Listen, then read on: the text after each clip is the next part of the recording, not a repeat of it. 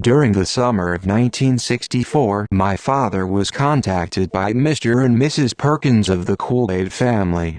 They were patients of my father and owned a ranch just west of Culbertson.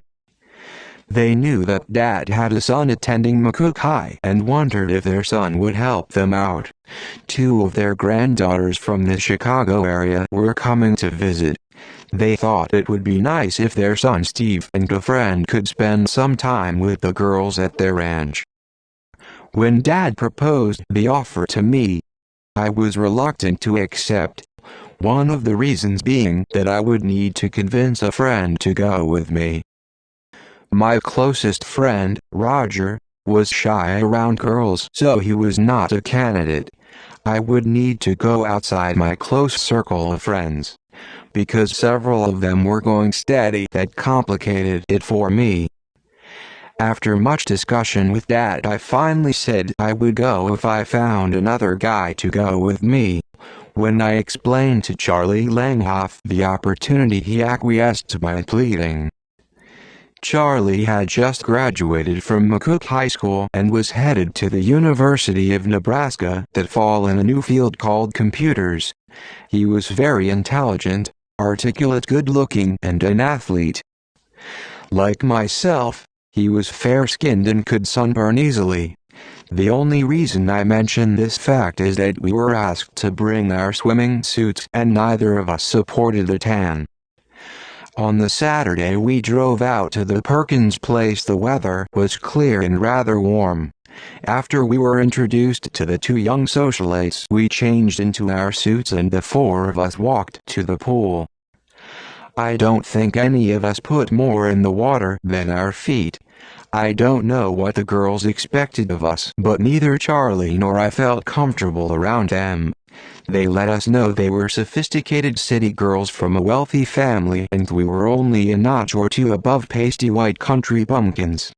They did look good in their small two-piece bathing suits and tanned bodies. Eventually the girls showed us around the property and to my surprise was the discovery of a 1960 red and gray BMW Isetta in the barn. It had not been driven for a couple of years and its 6-volt battery was dead. As Charlie and I were saying goodbye to Mr. and Mrs. Perkins, I asked if they were interested in selling the BMW. After a moment they offered it to me for $250. I jumped at the offer but first needed to run it by my father. Once home I explained the offer to Dad and to my pleasure, he said yes. It took a week or so but once the battery was charged and some new gas in the 5-gallon tank, I drove it home, licensed it and it was all mine.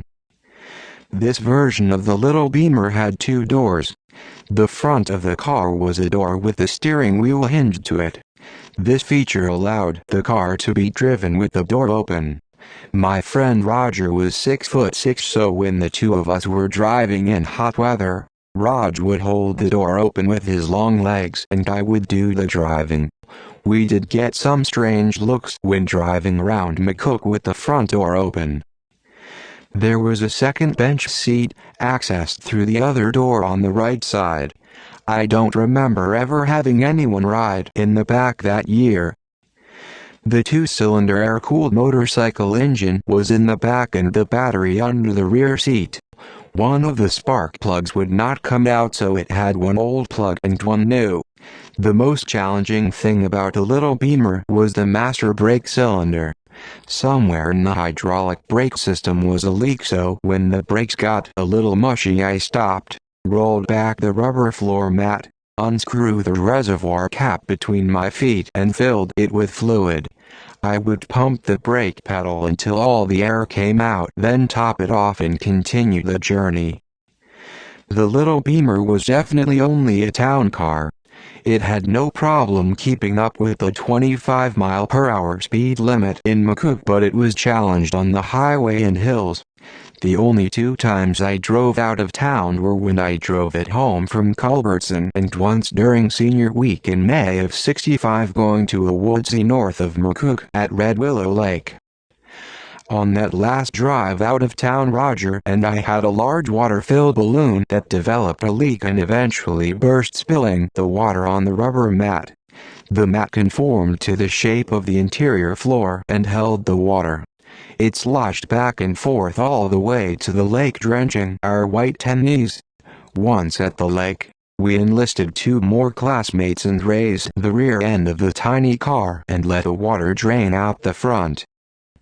Because the little Beamer weighed about 700 pounds, it only took 4 sturdy boys to lift it and place it between 2 trees on the grassy area between the street and sidewalk. That is where I found it many times during my year of ownership.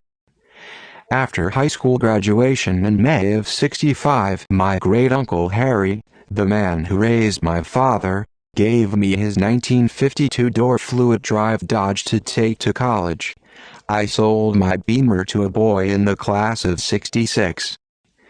That next summer I learned that the Beamer's new owner let the brake fluid get too low, and while driving down Norris Avenue he ran into something and ended the life of the little car. I was saddened, but it left me with many fond memories.